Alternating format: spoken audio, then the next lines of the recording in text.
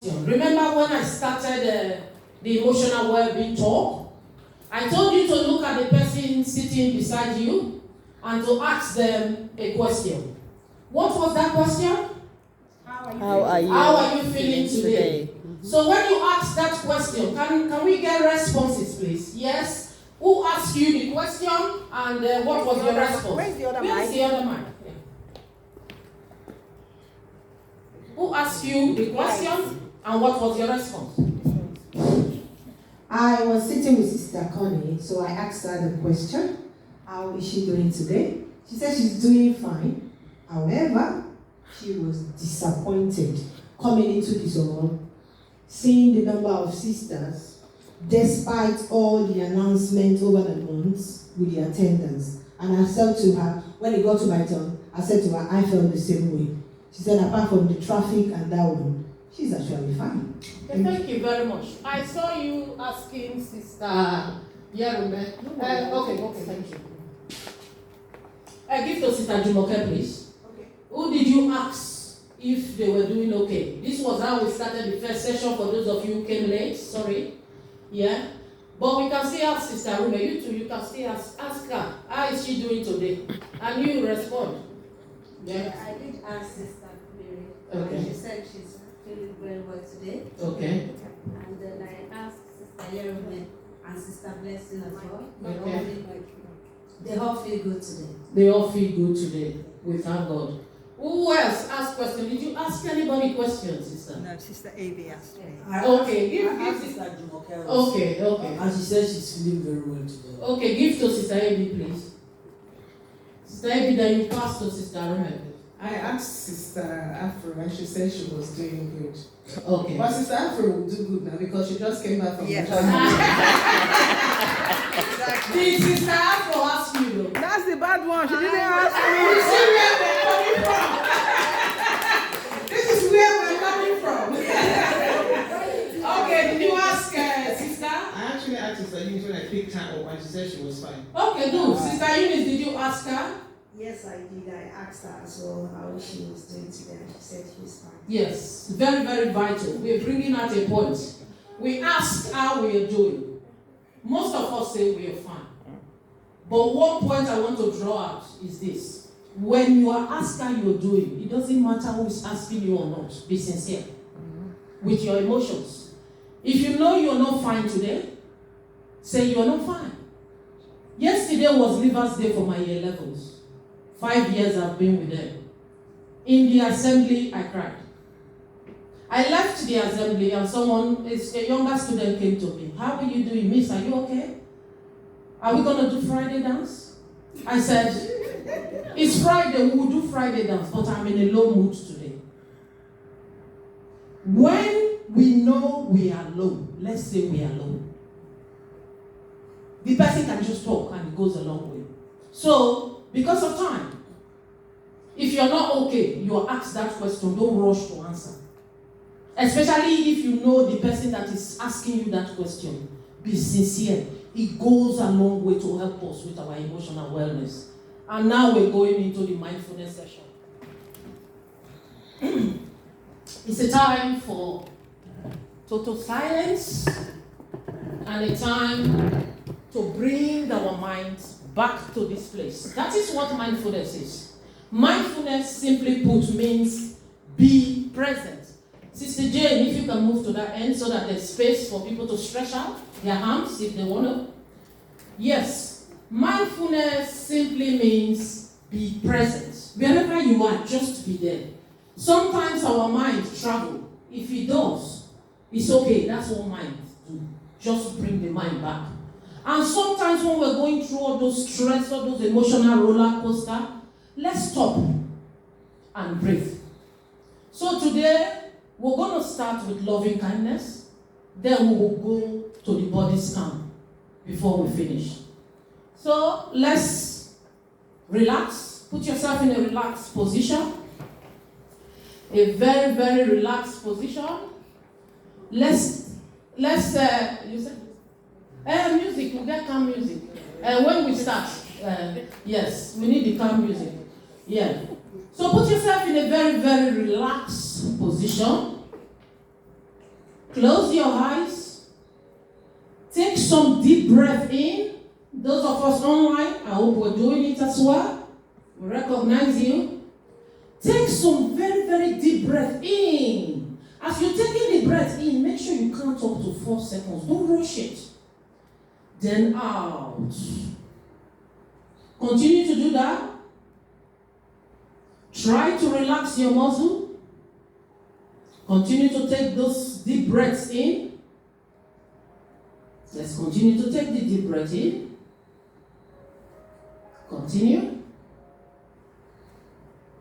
Now, just imagine that you're feeling that perfect love for yourself. Begin to imagine everything that you've gone through in life and how you've worked so hard to be where you are today.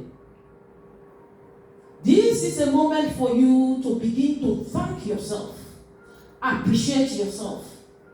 Also appreciate God because He has fearfully and wonderfully made you. Thank yourself for how far you have come. Just remember that you're just right, just as you are. Feel that inner peace for yourself. Pamper yourself. Show yourself that compassion. Don't be too hard on yourself.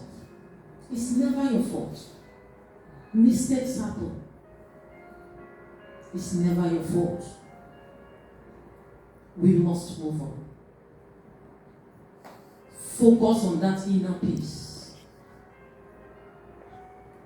Breathe in the feelings of love and breathe out tension. Continue to breathe in the feelings of love and continue to breathe out the tension. Make sure you relax. Very, very relaxed. You're just right the way you are. Love yourself. Pamper yourself. Tell yourself those good things. Remember that you have done so well for yourself. And it is a moment for you to pamper yourself. A moment to be happy. Happy with yourself. Continue to take that deep breath in. Continue to take that deep breath in and out. Let that breath be the breath of love.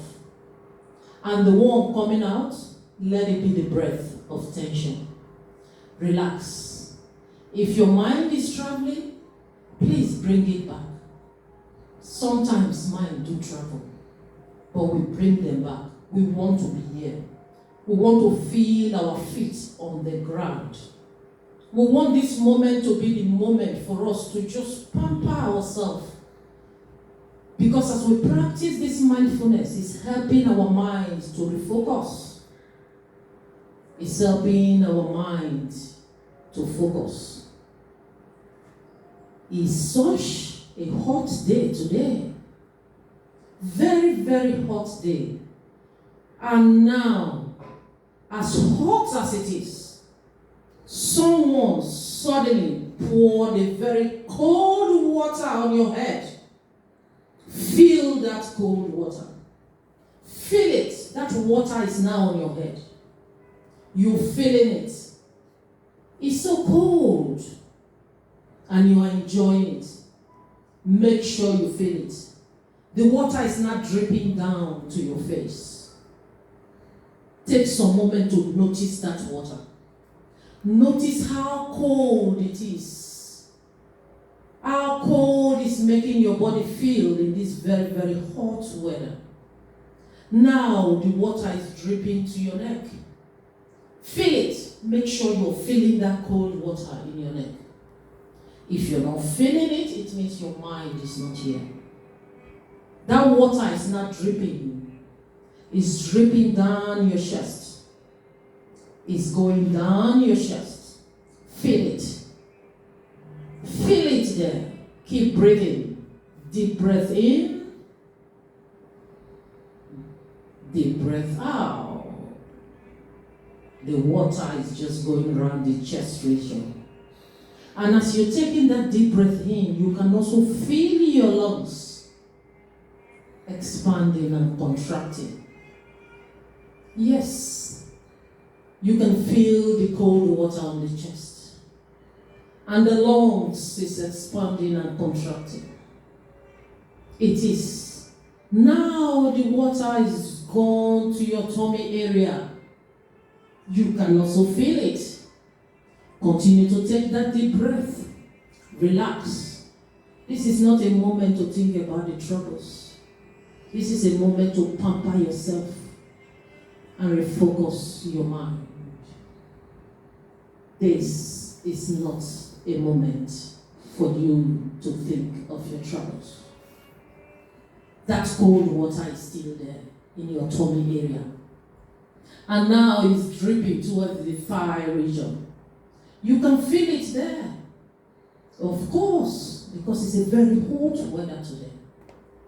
It's there, it's just going round. It's gone to the knee. The water is gone down to the knee. And now to the legs. It's there. You can feel it dripping down your foot. Which of the fingers is that cold water touching the most? Can you feel it? Wow. This is a moment for loving kindness. That cold water is still on my feet. I don't want to let that cold water go because it's so hot. I am retaining it on my feet. I am putting my feet on the floor and I can feel the floor because I still want that cold water to just remain there. And gradually, the water is now on the floor. It's no longer on my feet, but I can still feel it. I can feel my shoes on that water. I am tempted to jump on it like a muddy puddle because the weather is so hot. I'm taking in that deep breath. In and out. In and out. Eyes closed. Continue to take that deep breath in. Out. Just continue for a few seconds. In and out. Remember how special you are. Remember how loving you are. Remember how unique you are. Remember you are the best. Remember you're fearfully made by the Most High. Taking that deep breath in and out. In and out. Now gradually begin to open your eyes. Open your eyes gradually. Open your eyes gradually. Look at your surrounding. Wow, full of beautiful sisters in white. Wow. Begin to stretch out your hands and just shake and wiggle. Come back to the room and relax. Final deep breath in and out. Next time we are breathing, let's remember to breathe. By feeling that breath, it goes a long way to help us with our emotional wellness. If our emotional wellness is not balanced, our whole life is at risk. Let's come back to the room gradually while we wait for feedback.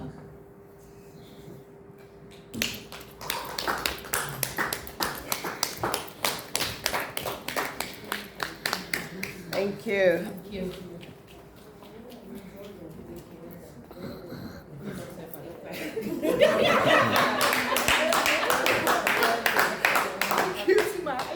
Yes. Yeah. So, thank you very, very much again, Sister Adaze. What we have done here, if all of us won't pay for this, is paid. I've done it at work, and we paid £160 per person to do what we just did here. So we must not take it like play. It is very, very important. The whole talk that she did, plus the work, a lot of big companies, they value it because we all work so hard. We all, even in our lives, are so busy. So now companies, they have recognized the benefits of what we have just done. So they pay so much money to send their people away to debrief another day to do this what we've done here. So thank you very much, Sister Adaze. Another round of applause. Thank you. Sister Adaze, as I said earlier on, if you have any questions, please post them. It's not a question, it's not something Sister Adaze said when she said she asked, how are you? And I find that even sometimes when the person responds that I'm fine, the other person who actually knows you sometimes knows that you are not fine, and then they ask, and then they say to you, you are not your normal self. You are not your normal self. What has happened? And it happened to me recently when I got the packet ticket, and it threw me off completely because I couldn't understand it. I think I shared it with Sister Mori. And somebody was speaking to me on the phone. I'm like, oh, okay. He said, something's wrong. And then when I said it, I was like, oh, okay, how did you? She said, you're just completely off. So sometimes maybe it could be allowed as well to go further if you know the person to say something is wrong. But some people don't feel comfortable speaking.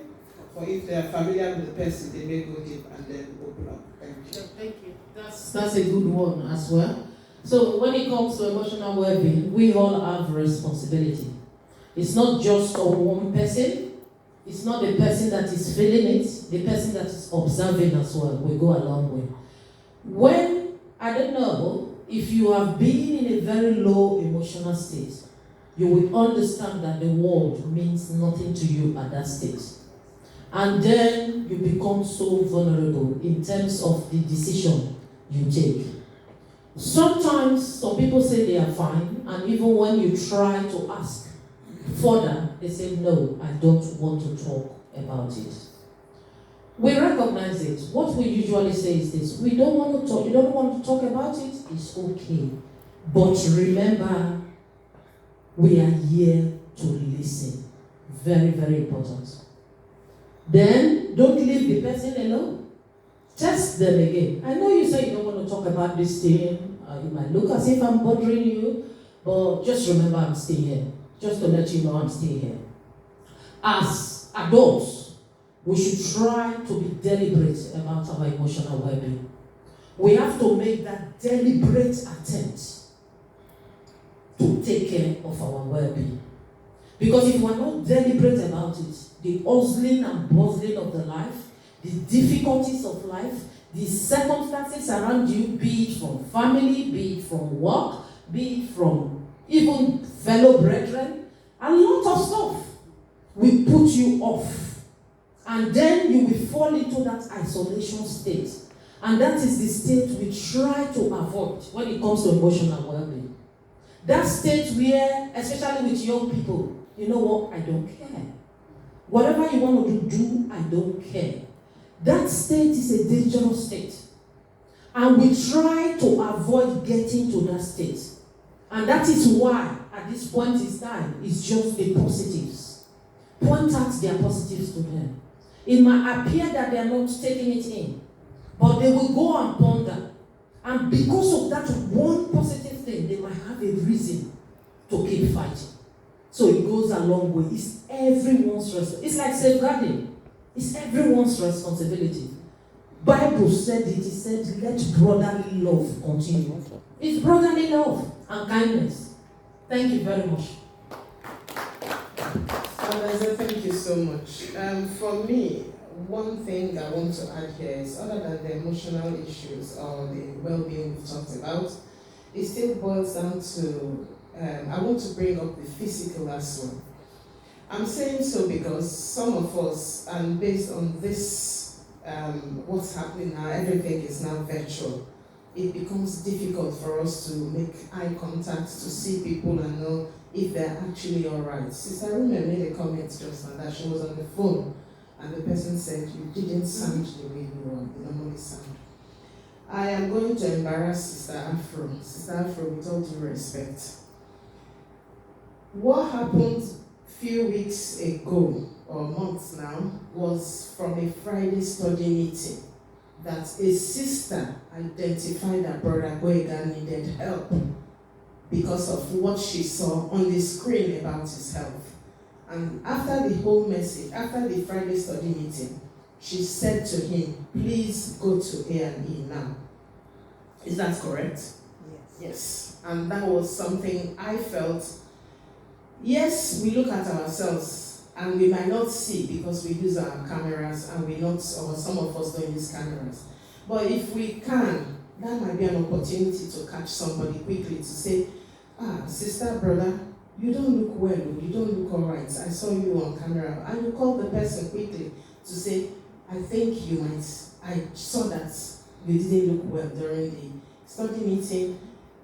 I just felt I should call you. So, in as much as we're talking to somebody, and the same way we greet each other, hey, Jehovah in Christ, how you doing? We're just going away without looking.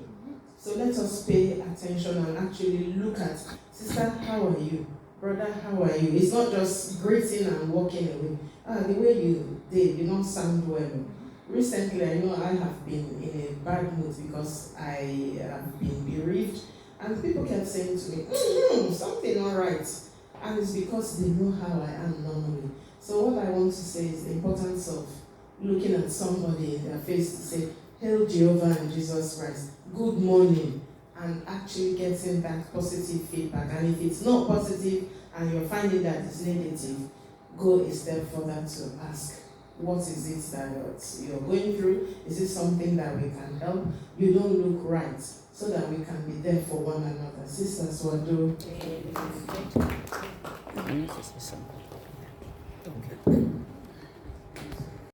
I'm the cameraman. I don't want to say anything, but everything everybody has said is true. It's not making up story. I don't know, some of you know that my daughter, she's a counselor. And I have this issue with her all the time. She counsels a lot of people. She deals with children. First of all, started with teenagers because she said, we parents, we don't know how to look after her. We don't know how to deal with teenagers. From teenagers now, she's moved to family. That she's even counseling husband and wife and children and whatever. The issue I have with my daughter is, because she's a counselor, when I called her, hello, how are you? How's my granddaughter? And then I'll start talking about my granddaughter. Until the day she explodes. Mom, is it only your granddaughter you have? What about me? I've had a terrible day. I've had this counselors. She went on and I was like, oh, that's true, you know. And she said, Mom, you've forgotten the kind of job I do.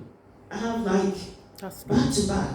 Because now she was working in a school, now she has her own business, so she has people that she does at home, that sometimes my granddaughter is on her own in her bedroom while she's doing counseling, and some of them could be a lot of like, and she's expecting her mom to say, how did you go with your session? Because sometimes you say, Mom, I have this person that is coming in now, I don't know how I'm going to react. And instead of me to say, she said, how did you go with this? I'm like, so Ayana was by herself. No, it is funny now, but I'm laughing, but not until she said it, that was when I realized that she also needs help. She's getting, counseling everybody with their situations and their help. And she has a mom that is not even asking her how she feels. Instead, she's thinking about her granddaughter. But it is because that's the way I've been doing things, not thinking that she also needs that help. Mm-hmm. So now, after we had, it's been long now I have time for Chisom separately, and I have time for my granddaughter. So if I'm asking questions for her, I don't discuss about my granddaughter, because she really picked an offense. Of course, yeah. That you are discussing every time your granddaughter, what about me? Mm-hmm. So sometimes I just give her that time, and then now that she knows that she can come to me, she will call me and say, Mom, I just need to talk. I don't want you to say anything. Just listen. And I said, okay. And she goes and goes and goes. And then before you know, she said, I feel okay now. So with what Sister Adaze has said, it's true, because I experienced it with my daughter. And now I know how to deal with her and how to actually communicate with her. So if my daughter says, Mom, I need to speak to you, the first thing she will say to me, I don't want you to reply, I just want you to listen. Of course. In other words, she just wants to offload. Of course. Also, she has a counselor as well that after all this, she also goes and sees somebody. So that's what they do. So Yeah. thank you. That's just It's a very difficult rule, isn't it?